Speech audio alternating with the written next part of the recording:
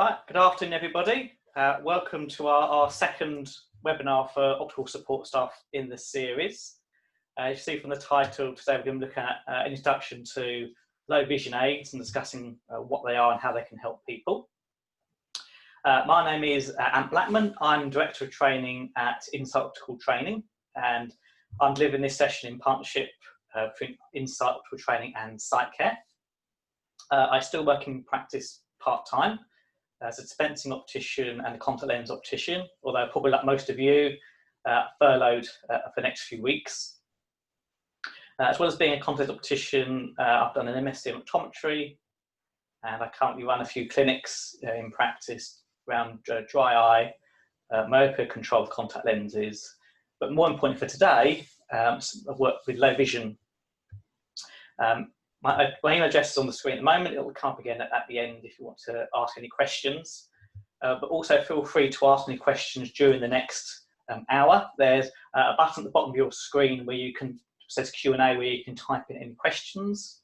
And we've got about 10 minutes set aside at the end to run through your questions. So feel free to ask those during the next 50 minutes or so. So this is the second one in the series. So last Monday we looked at understanding UV lights, and that session is on the Sight Care website for you to view again. Today we're looking at low vision aids, and next week the third one we'll be looking at body language, and there's some more kind of after that as well to keep you occupied and busy during lockdown. So for today's low vision, we've got a few objectives to look at. So we're going to run through a few different types of aids, and we'll also compare those, looking at what the advantages of the different aids are, what some of the limitations are to some of them, because no low vision aid is perfect. And also chat about what advice we can give low vision patients. So some of them we can't help with spectacles, but there's other general advice that we can help give them and improve their everyday life. So first we're going to look at just briefly is what we mean by low vision, and just try and put a definition together. So low vision is anything that affects visual acuity, so what someone can see on the test chart, or their field of vision, so sort of how wide they can see. Now, it could be that someone has quite good visual acuity and quite poor visual field, or vice versa. So either of these can be affected, and where that can't be corrected with an intervention like glasses or contact lenses, medication or surgery, and it's a permanent loss, then we call it low vision. So that's what we call it in the UK. The World Health Organization defines it as when their visual acuity is worse than 618. So they can't get very far down our test charts before they can't see anymore. So within the UK, the number of people with sight loss is estimated to be 2 million people. So there's quite a lot of people out there. And you know, we're going to come across some of these people in practice as they come in for appointments, but similarly we might get their relatives coming in with questions as well. I know during my day-to-day work in practice, we get people querying about, you know, perhaps an elderly parent or relative who's got sight problems. The thing with sight loss is it's predicted to get much worse over the coming years. So by 2050, the number's going to double to about 4 million people. So there's a definite need for us in high street optics, you know, where our jobs will be quite safe, because there's a lot of people out there going to need our help. So we've got the people that are visually impaired. We know that it can take on many different forms. So macular degeneration, or AMD, is one you might have seen on a lot of your record cards. Similarly, cataracts is very common. Luckily, we've got the NHS, so that solved a lot of the cataract problems. The NHS in a normal year would do about 360,000 cataract procedures. Obviously none at the moment, so we're all backlogged. There's all things like glaucoma. So when we do our pressure tests and visual field tests, trying to find glaucoma or high pressure in the eyes. And also diabetes, another big issue. So diabetes is the largest cause of sight loss in working age people, whereas macular degeneration is the actual single largest factor overall in sight loss in the UK. the other thing to remember is that if someone's visually impaired, they still have some useful sight. So only about 3% of people that are registered visually impaired or blind have no sight at all. The other 97% have some vision. And the idea of using low vision aids is that we can maximise that limited vision they do have left to try and make the best of it in everyday tasks. And it's really important we do try and provide this help to people. If someone is visually impaired, they're 3 times more likely to be unemployed. They're 3 times more likely to be involved in a motor vehicle accident as a pedestrian, obviously not driving. Also 3 times more likely to suffer mental health problems of anxiety and depression. And they're also twice as likely to have a fall, which could also lead to other health issues, and broken bone, hospitalisation, and also a loss of confidence. So that's the trouble. A lot of people, they like to lose their sight. It has a big impact on their whole life, not just their vision, but psychologically and just general well-being and ability to cope with everyday things. So it's really important that we can give advice to try and help maximise that vision. And a lot of the time that's around trying to magnify and make things bigger. So we just very briefly go through a little bit about magnification methods. I won't do too much maths, don't worry. But effectively what we're trying to do is make the image of the object appear bigger on the retina at the back of our eyes, because if it's a bigger image, we're more likely to be able to see it and read it. And there's 4 methods we can use to do that. So there's relative size magnification, so we make it bigger. So things like large print books, for example, is making the print bigger. There's relative distance magnification, so that's actually bringing things closer. So, for example, if we move the TV closer, people more easily be able to read sort of the subtext on the screen. We can use lenses to magnify things using angular magnification, so our high power plus lenses. A lot of the magnifiers that we prescribe will be using that method. And the 4th one is the actual real image magnification, which is just using digital enlargement, so things like cameras, things like you would use on your smartphone. So we're going to look at all 4 of these. But just to cover the first 2, make it really simple, so make things bigger. So if someone's looking at our TV screen, yeah, it's creating that little image there shown in red on your screens here. We've got our image formed at the back of the eye. But if someone's struggling, we can get an upgrade to a bigger TV set. And because it's a bigger object, we get that bigger image. And therefore, they find it easier to see what's on the screen. So the other thing we can do is actually bring things closer. So again, we've got our TV screen, making our image at the back. What we can do is if we bring that object closer, so the person is sitting nearer their TV, for example, we're going to get a bigger image on the retina, and therefore they're going to find it easier to be able to see the picture. So 2 quite easy ways of improving someone's sight for things like TV as an example, but there are other ways that can help as well. Just without having to worry about actually any magnifiers. If you've got somebody who's sitting 3 meters away from TV, just bringing them that bit closer will greatly help, or getting a bigger TV screen, or doing both. We can do multiple interventions, so bringing them closer and getting a bigger screen can make quite a difference. The 3rd option is using our magnifier, so a power plus lens. So this time again, it's going to alter the image size. So the object's not any bigger, but the image on our retina, because of it being a plus lens, it's going to help make that image bigger. And that's what most low vision aids are doing, if they're using a plus lens to make that image bigger on our retinas. And at the end of this presentation, we're going to be looking at some of the digital uses. So there's lots of aids now that provide a lot of benefits to people and have a lot of different advantages, and we're going to have a good look at those systems and about how they can be used to help people in everyday life.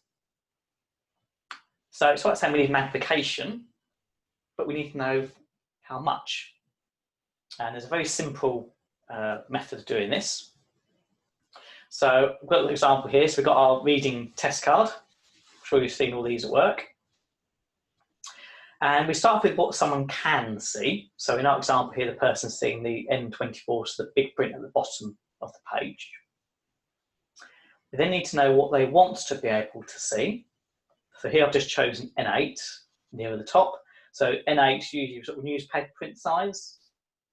And we just divide those two numbers. So in this case, it's 3 times magnification. So that'd be a good place to start for this person. And that's what we would try first, seeing what difference it makes. And with this rule of thumb, it's quite good for people that just want to do short-term use of magnifier. No, check a price, just read instructions on something.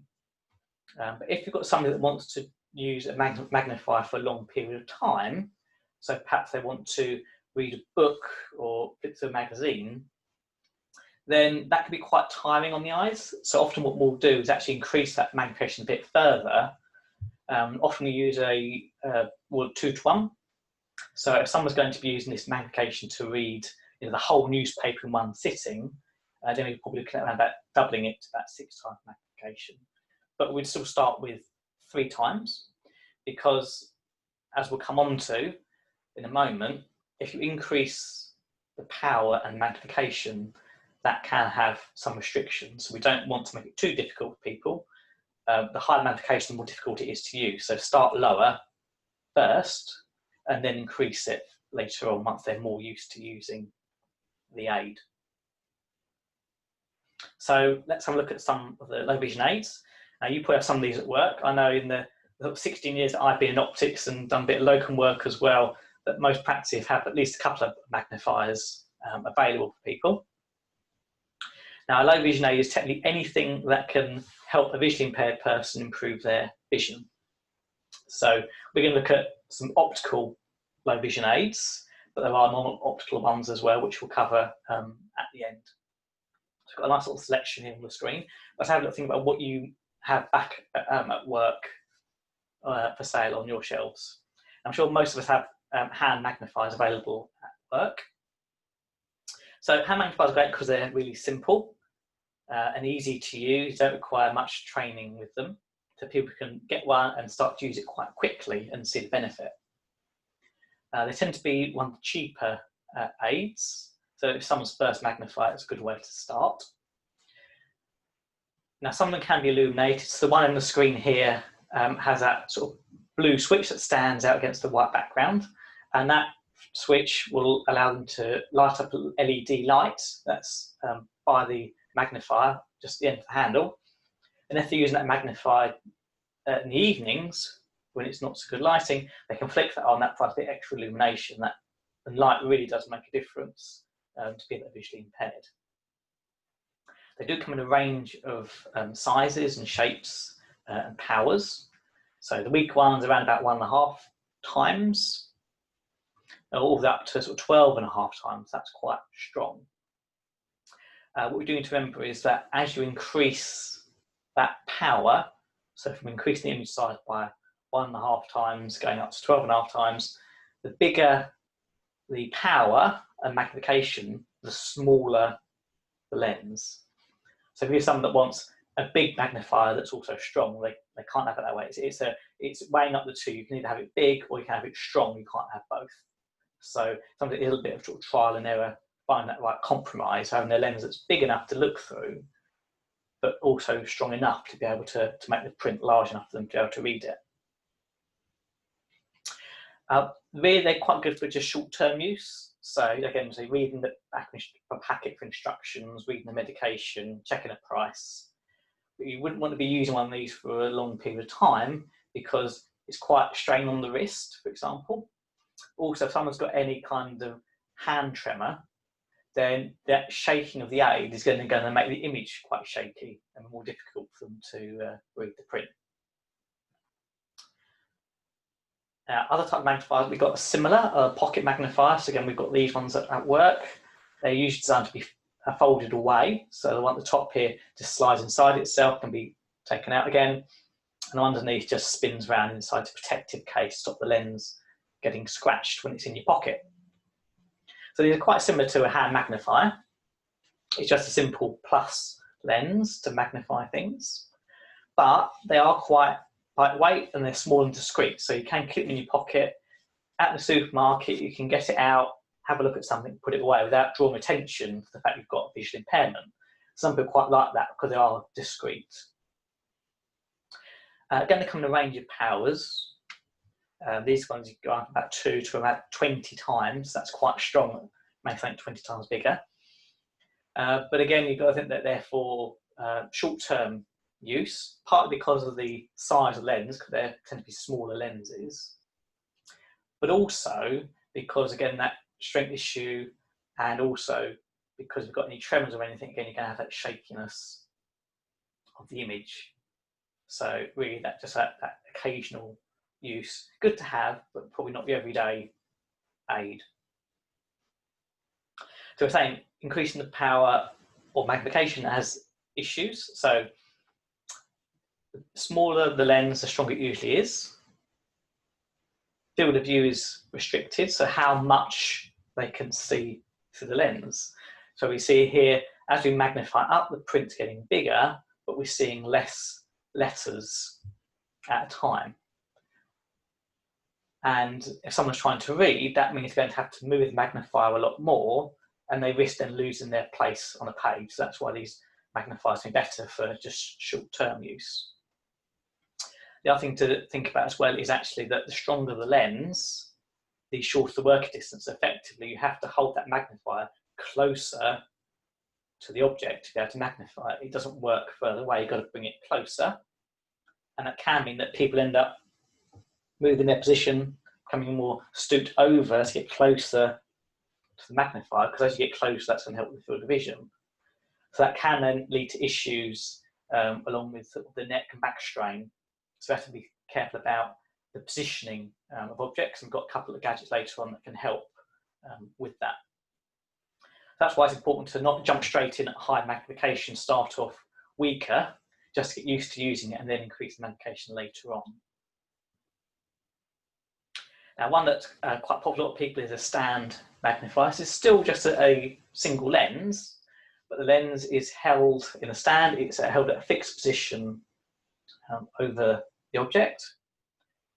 These magnifiers are designed to be used with reading spectacles as well to help focus the image. And these are really good because, unlike the hand and pocket magnifier, these are hands-free. So I haven't got to worry about holding and keeping them at the right distance. That stand will keep them at the right distance to maximise the magnification and leave the person free to do other things. So if you've got a large stand magnifier, you might be able to write underneath it. So I know people that use these for doing like crossword puzzles, like Sudokus, because if you've got a 12 stand, it's big enough to be able to write underneath with a pen.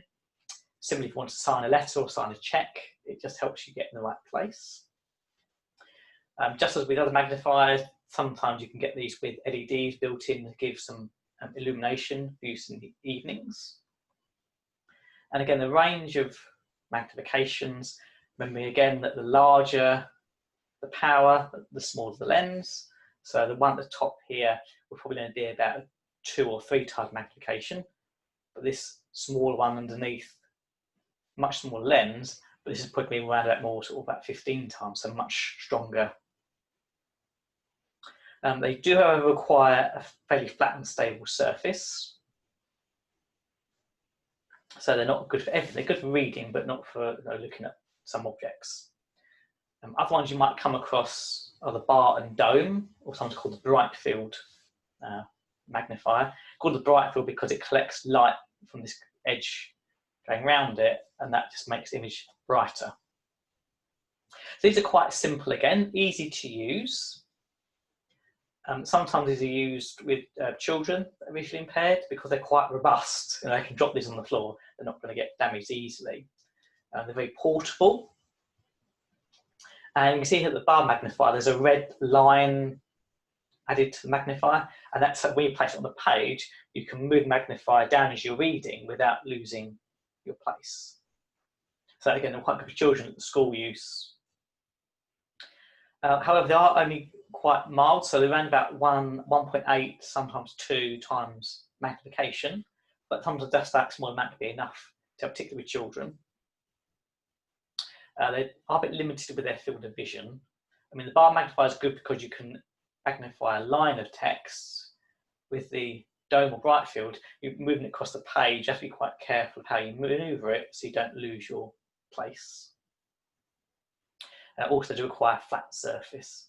So again, it's only really for sort of reading rather than actually trying to look at objects. But they're quite robust, not too expensive either.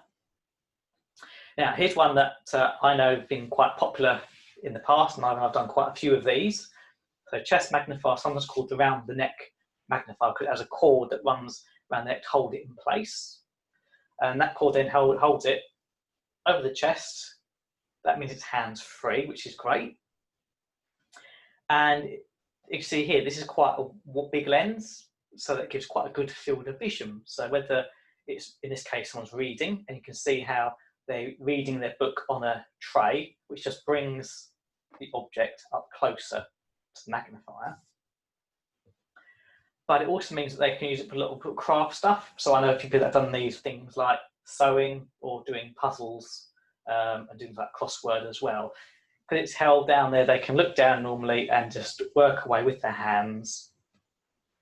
And the power tends to be a little bit on the weak side. So typically around about 1.5 to 2 times magnification. Often there will be a spot near the base which is stronger. So usually in this case, on the picture near towards the handle, there's a little area here which is ×4 magnification. So I know people I've spent these to usually use that stronger part, things like sort of setting up their needle and threading it, then using the rest of the magnification to see what they're doing with the wider lens. And again, a lot of these will have an LED built in for handle, just to get a bit more brightness when using these in the evening. But these are great because they can be used for prolonged periods of time without causing any stress or strain. And being held down towards the chest level, it's a slightly more natural position rather than being hunched over with a magnifying glass. We've gone to telescopes. So these not used that much. Most of the previous ones are the popular ones. These are much less popular. We tend to use telescopes more for distance use. So everything else we've looked at so far has been for close up. Telescopes tend to be for just looking at the distance. Usually things like transport, so at a train station checking signs or looking at bus numbers. So they do give that independence, ability to be able to get out and about on their own. When you look at a telescope, usually the longer it is, so we've got a few different sizes here, the longer the telescope, the stronger the magnification. What's good with telescopes is that they are small and lightweight. That makes it quite portable, so you can just keep it in your pocket for when you need it. And they also offer a range of magnifications in one device. Now, most of these can be used one-handed. I particularly like the Eschenbach one at the bottom here, because whereas most telescopes you have to twist the handle to adjust the focus, here, because there's that slide on the top, it's actually quite easy for somebody to hold it up one-handed and actually just move their finger along to be able to adjust the zoom and the focus. So really hands-free. The cord's good because they can keep it around the neck, not going to lose it. But being able to use it one-handed with practice is great. And you can typically get 2 to 10 times magnification, which for distance use is really helpful. But so a little bit of practice. Some people get a bit frustrated because it's just lining up and keeping it steady. So getting any hand tremors or anything can be difficult because it's just going to shake the image. And the more the magnification is, the more you're going to magnify that shaking as well. You do ever need to be stationary. You can't walk around in these telescopes. So I'll leave sign just for short-term use. So just checking a sign or checking a display at a station. But really handy for one of the few aids we can use for distance use. We've got binoculars, quite rare. The ones at the top we think of as normal binoculars that we use now, sort of outside sort of bird watching and things. And similar sort of system, we've got our plus lenses here just to magnify up. Like the one telescope we just looked at, you've got that variable focus.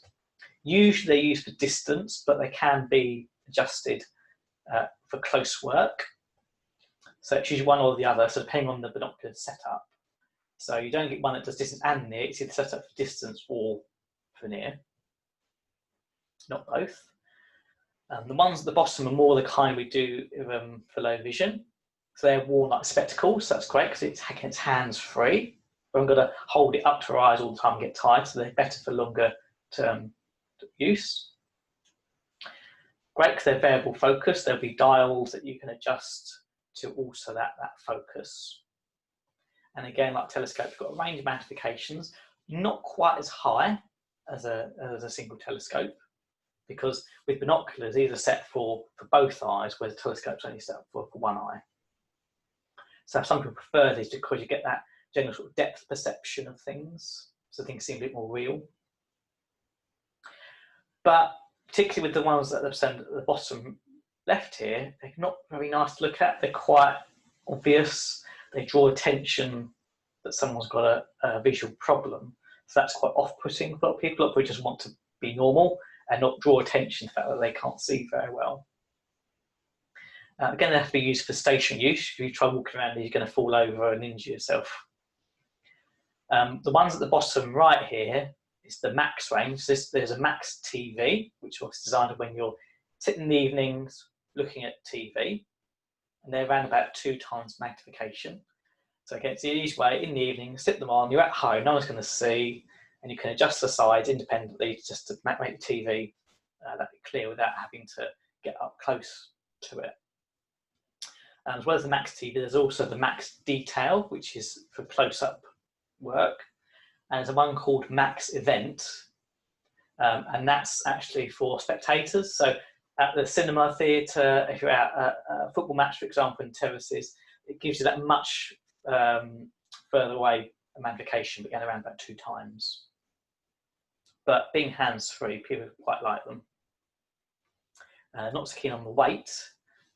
Particularly down the bottom here, we've got these binoculars set up here, whereas the Max TVs are much lighter weight, so we tend to use those more than other types.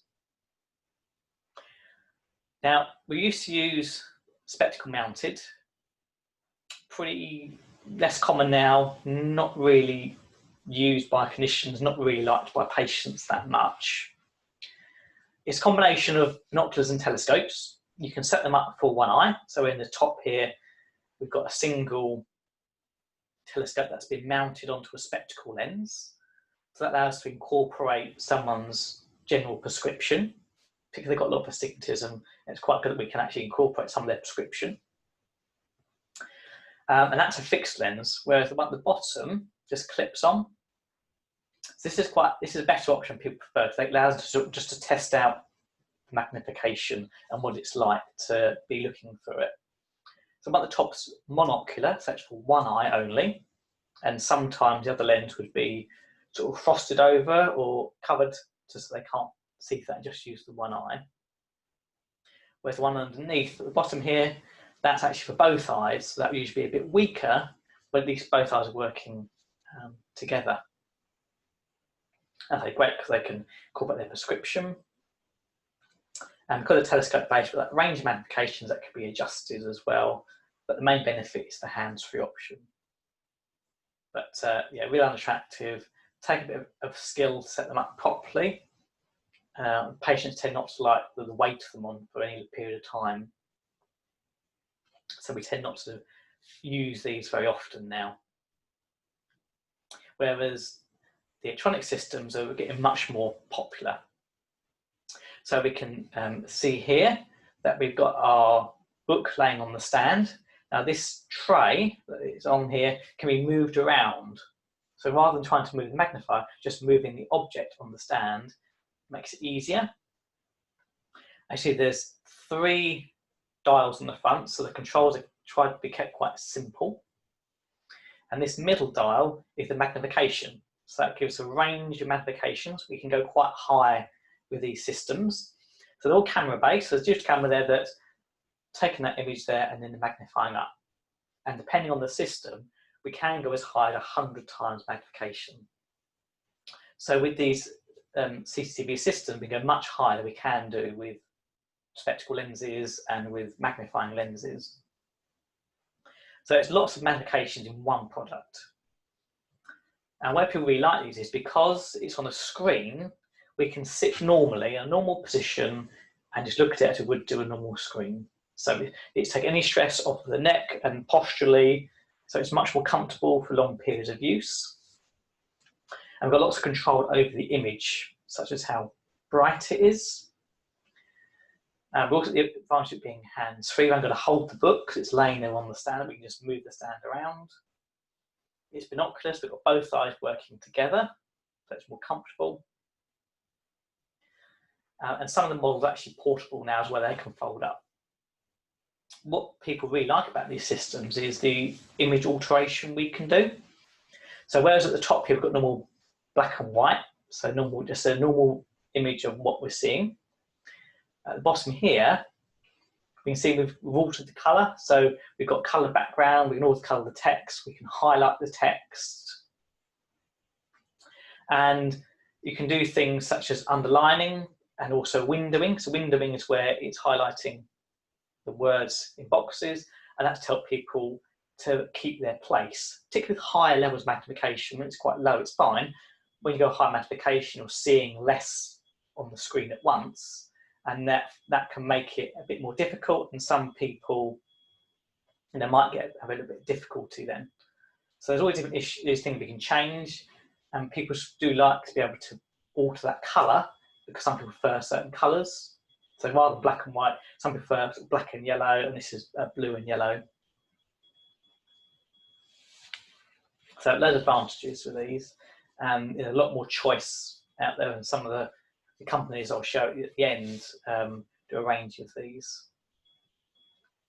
Now, like everything else in life, they're not perfect. There are a few disadvantages.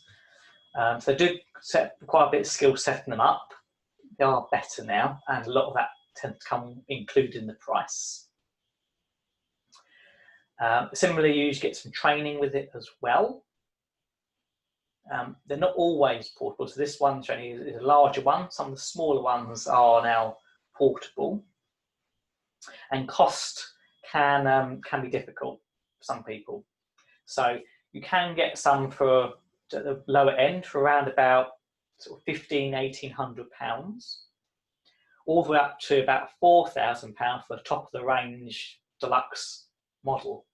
So quite a lot of money here for most people. Most tend around about the £2,000 mark for a low vision aid. Does seem a lot of money to people. So that can be the barrier. But I mean, the running costs is this disadvantage. They're less than they used to be now. They're much more efficient with all the electronics involved. They do quite a bit of maintenance. But the thing about these, and what I've always said to people, is that they do come with free home trials. So most of them will give you 14 days to try them out at home. So that's somebody coming in, setting up for you, training you how to use it, and then leaving you for about 2 weeks before they come and collect it back from you. And that's brilliant because it gives people a chance to try it out, see what the features are like before they end up spending that kind of money. And some people really do like these. They're so versatile that they prove really popular. And I know the few that I've done with people, it's often been people that can't drive anymore. So they tend to have sold their car, and they tend to use that money towards getting the aid. But it's quite expensive compared to most magnifiers. But having the home trial is a good way for people just to test it out first before emptying their bank account. Now, something that's followed on from that are the PEVs, or the Portable Electronic Vision Enhancement Systems. So with these, we've still got some of that technology from the electronic aids, but in a smaller portable handset. So these become much more popular. These are not just £2,000. Again, there's a range of prices. You can pick them up for around about 150 up to about 700. So there's quite a range because of the different features. But this picture is a really good one because it shows the difference between an optical magnifier here. So this is the normal sort of hand magnifier versus a PEVs device here on the left. So you can see here that around the edges of the lens, there's some distortion. And that's why, with high levels of magnification, the lens has to be smaller because the image is distorted around the edges. Whereas with a digital device, no problem there. Because it's that digital image, we haven't got that distortion going around the edges of it. The whole picture is clear. We've got the advantage of being able to alter the background and text colours like we could with the bigger systems. And again, being digital, we've got that ability to adjust the magnification, whereas with these standard ones, it's just one power, one lens. So there's quite a lot of advantages to these systems. And people really like the fact they've got that adjustable magnification. Having that good range makes it much more useful for different tasks. You know, I'm going to have several different magnifiers, they can have one aid to do more things. So they are portable.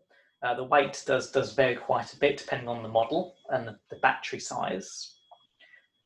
And this one here showing the picture does have a handle, but most of them will have a stand attachment, so you can actually stand them over things as well to make them more adaptable. And to me, the more you pay for an aid, the more features you get. So different options around colour alteration, text colours, underlining. A lot of them will actually be able to take a picture. So if you're out somewhere, perhaps you want to see it, common one is in the restaurant. You want to see what's on the specials board, take a picture, and then you can enlarge it. Same as you would sort of with an iPhone, really, or with a smartphone. Battery life does affect it a bit. So some of them are only a couple of hours. The more expensive ones tend to be 5 hours. So yes, I'm paying it more, you do a bit more battery life. But that can affect the weight. So again, as there's a range of prices, there's a range of weights to them. So the bigger the aid, heavier they are. And some people don't mind that. Some people prefer something lighter. So it's going to find that balance of having something that's going to give them the vision, but have a better battery life and more features, versus something that's going to last longer, but be heavier. There's such a range of devices now, and loads of features in one aid, and that's what really sort of makes these more popular now, and they're growing in popularity, particularly as the prices have come down now. I say some of these you can get for about £150 at the lower end, so that makes it much more affordable. And they do keep their value. So you often get some of these second hand for a lot less, but they do hold their value and they can be resold. And then last two other devices I wanted to look at, a couple of things that have impressed me over recent years. We've got the OrCam device. So this is attached to someone's glasses, and it's got a little camera on the front. And with the OrCam, you can use it to read print, but you can also train it to recognise objects and faces, and there's various upgrades to the software that comes with it to allow it to identify more objects. And what it can do is it can read the print back to you or tell you what the object is. Now the thing with it is, because it's spectacle attached, at the back of it is a little conductor, and that presses against the skull, and the sound is transmitted through the skull. So you can hear the device talking to you, telling you what's on the menu, for example, but people around you don't know it's talking to you. So that's great, because people can go out and do normal things, they're not drawing attention to themselves that much. It does show a bit, but it's not too obvious. But being able to read things, you don't have to worry about magnifiers and things in public. You can just set it off, and it's going to read that back to you. But the newer features, things like facial recognition, are really good as well. And there's more and more things being added to it that identify more and more objects. So I've seen people that have trained it to recognise things like banknotes. So you can, really good system here. It's growing popularity. It's won quite a few awards, and I think the more people are going to be using this, particularly when they're out and about for independence and doing more things for themselves. Another one is called Oxsight. So this one, different again. It's still got a camera on the side of it, but in the eyepieces here, we've got little OLED displays and some prisms. And what Oxsight does is, when you're wearing it, is it widens your field of vision. So if you've got somebody who's only got a small bit of central vision, and they can only see a small bit in the middle, wearing Oxsight with the cameras and the prisms, it actually stretches the image out and you can see wider. So if you're watching, say, the cinema, you don't want to see a bit of the screen, you want to see the whole screen. So oxide's brilliant because it just widens that field of view to a much more normal level. They're not the most attractive things to wear. The bottom picture here, someone's actually wearing the sunscreen that goes over it for the brightness. It comes with a little adapter that's got the software in it to be able to adjust the image quality, and it's got various other enhancement features to contrast as well.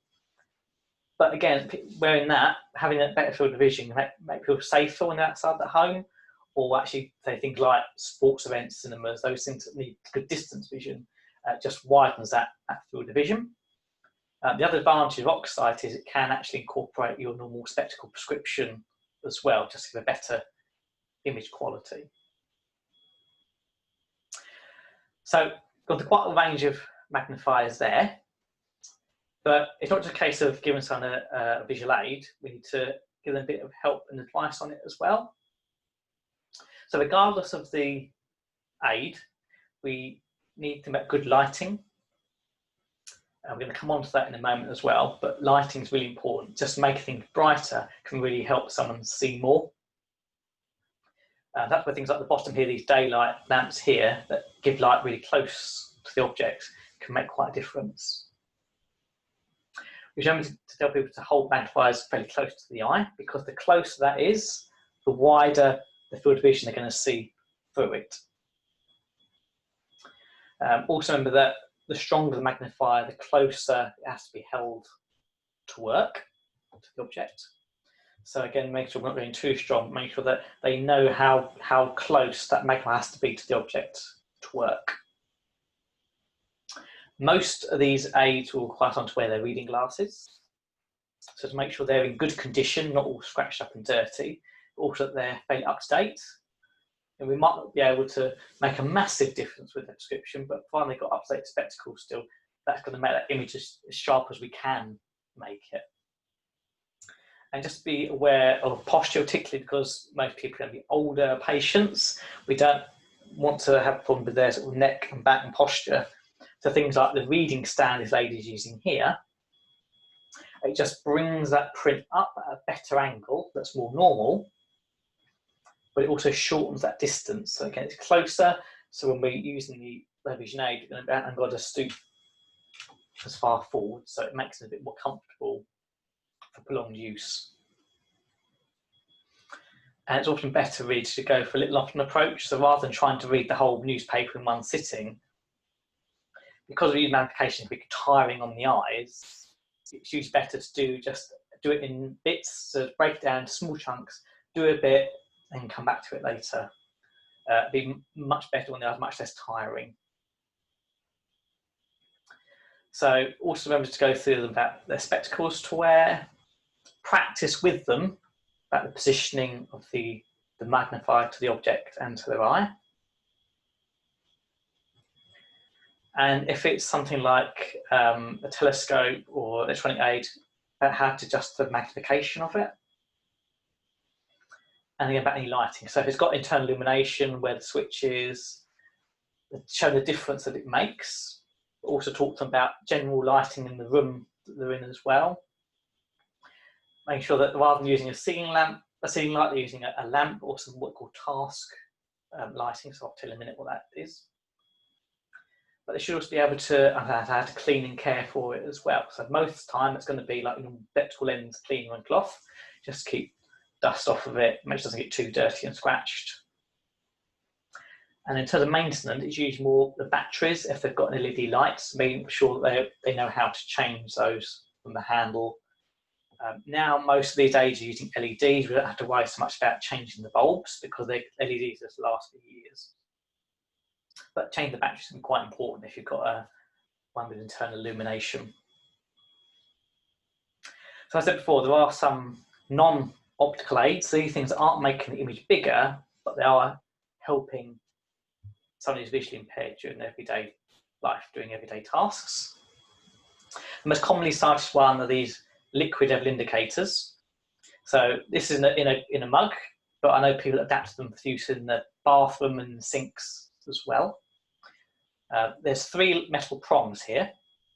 So the outer 2 are longer. And as you're filling up, once water or the liquid makes contact with these 2 external prongs, you get makes a noise. So that alerts you that it's nearly full. The water then rises and it reaches the shorter middle prong. And once that becomes wet, it makes a different pitch sound to alert the person that it's full. So that's quite good. It allows them just to make themselves a cup of tea that they might struggle with otherwise. So they're quite popular.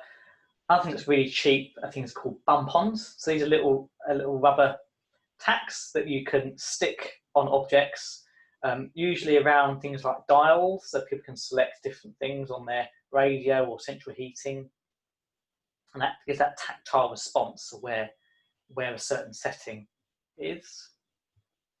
Got some age around sort of large print, so we've got large button telephone, so the numbers are quite big, but also at the top we've got pictures for sort of the top 3 numbers that they can press instead. This is a great one here, the Pen Friend from the RNIB.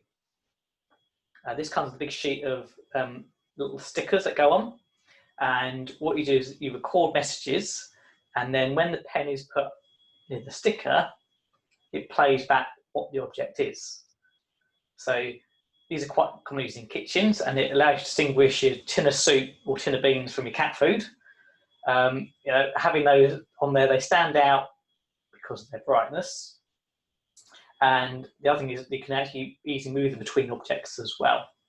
So it's just a way of being able to find something in the kitchen yourself without having to wonder, yeah, I found a tin, but what is it?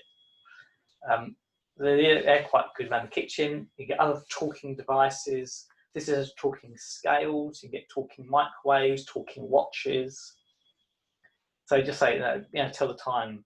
Remember to ask anybody, you can do it yourself by having a talking watch. And various aids to help people with taking their medication as well. These are all things that people want to maintain their independence when they're visually impaired. They don't want to have to give up everything. Similarly with things like letters. So this is a line guide. So this allows somebody to be able to write on paper without sort of losing their place and going on funny angles. It allows them to keep quite straight writing. And you get smaller ones of these as well to help people like signing checks and forms. You can also get this large lined paper here, so it's got much thicker lines, to allow people just to try and stay within it. You can also get paper which has got raised lines. So when the person's writing, as they get to the lines, actually there's a slight raise and they can just feel that. So again, it keeps them writing quite straight. And another popular service that's often forgotten about is newspapers. So people still want to know what's going on in their local community. Now, most people don't get a local newspaper, or they can't read it because it's not very good quality print. There's over 300 talking newspapers out there. So these are usually local newspapers where somebody then records what the paper is, news stories are, and that dictation is then sent out to members, usually free of charge, and then they can play that back, and it lets them know what stories are happening in their local community. So it makes them feel still part of the community, they're not isolated and missing out. So there's about 300 talking newspapers in the UK. If you go to the Talking News Federation, they can let you know what's available in your area. And so usually they're free services, so a great dish to keep people informed. When we're talking about lighting, we said that lighting was important, and part of that comes down to helping with contrast. So contrast is comparing the colour of an object to its surrounding. So black on white gives the highest contrast. And if someone's visually impaired, adjusting the contrast can help them see better. So we do this a lot with different patients. I know that occupational therapists tend to use contrast quite a lot because it allows people to see things better.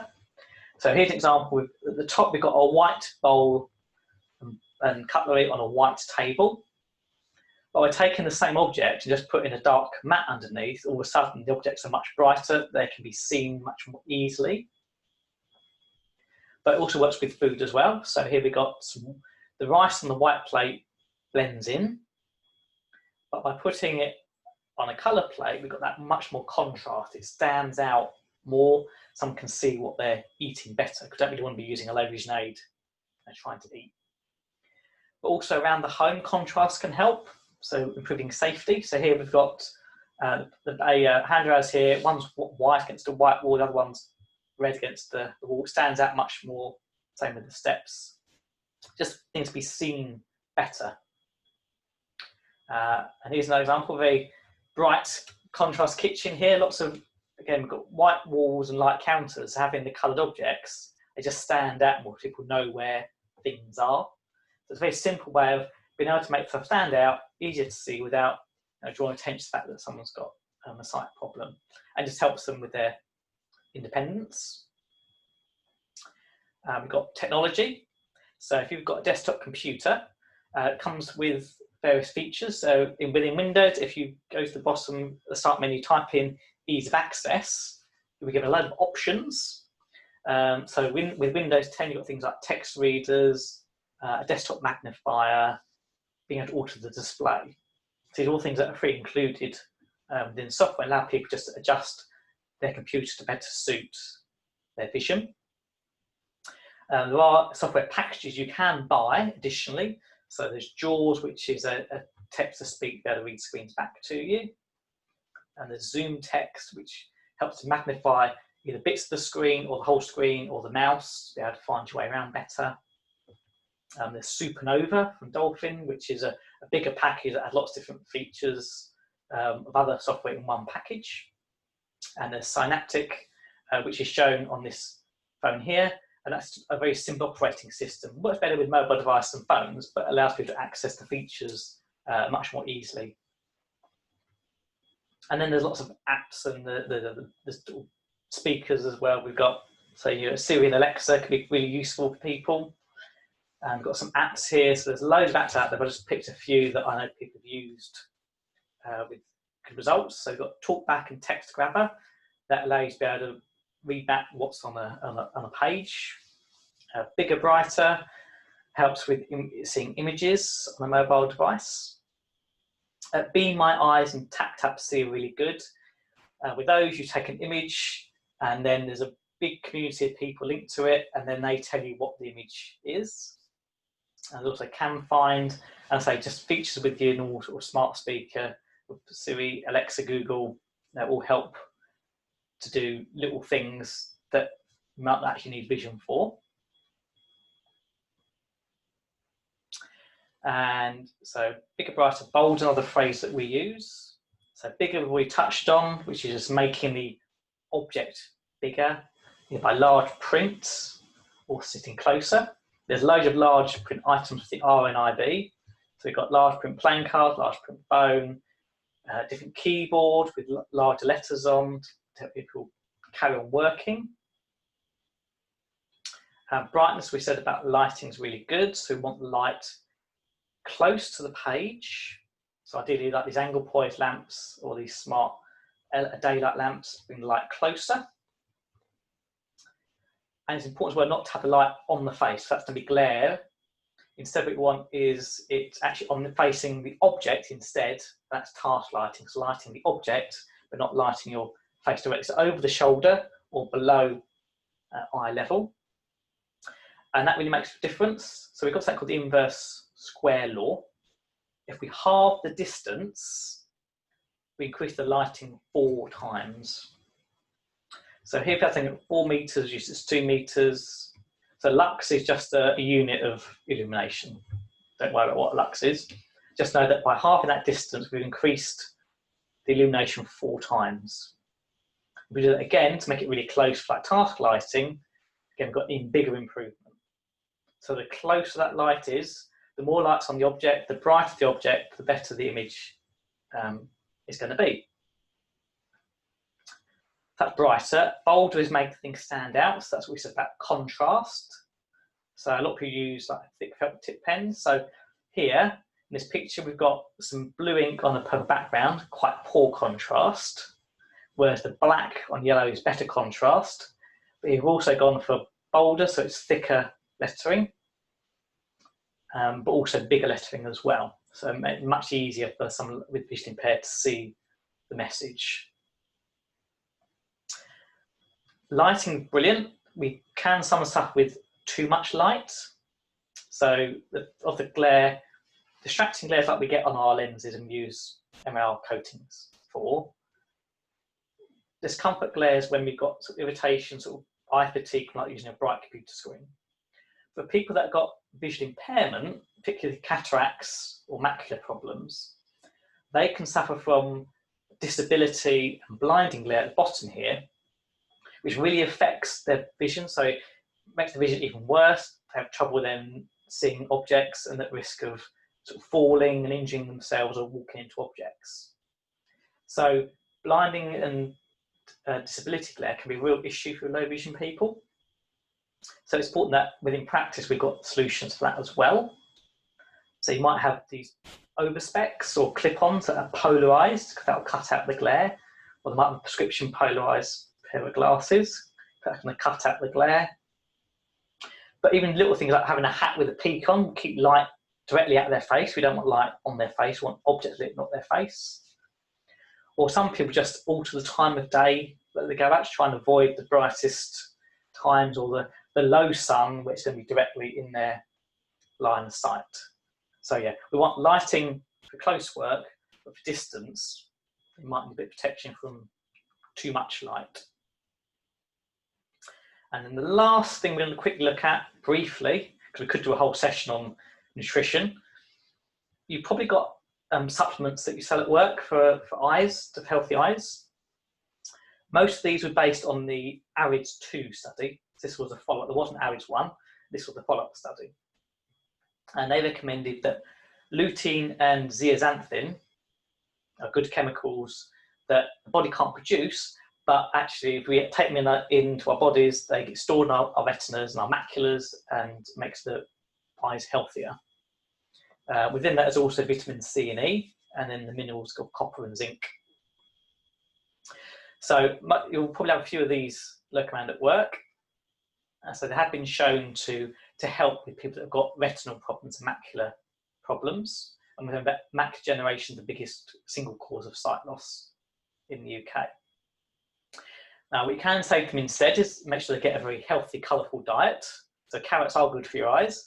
As is any other coloured vegetable, having a variety of colours will give more pigments, which helps the eyes. Spinach and kale, very good nutrients as well. And similarly, not smoking, because that has a big impact on eye health for cataracts and macular degeneration. So just some other advice that we can give patients. So yes, magnifiers will help make best use of the vision you've got left, but to preserve that vision, think about lifestyle and exercise and the diet that you're filling. So where to get these aids from? So Vision Enhancers is a great website to go to.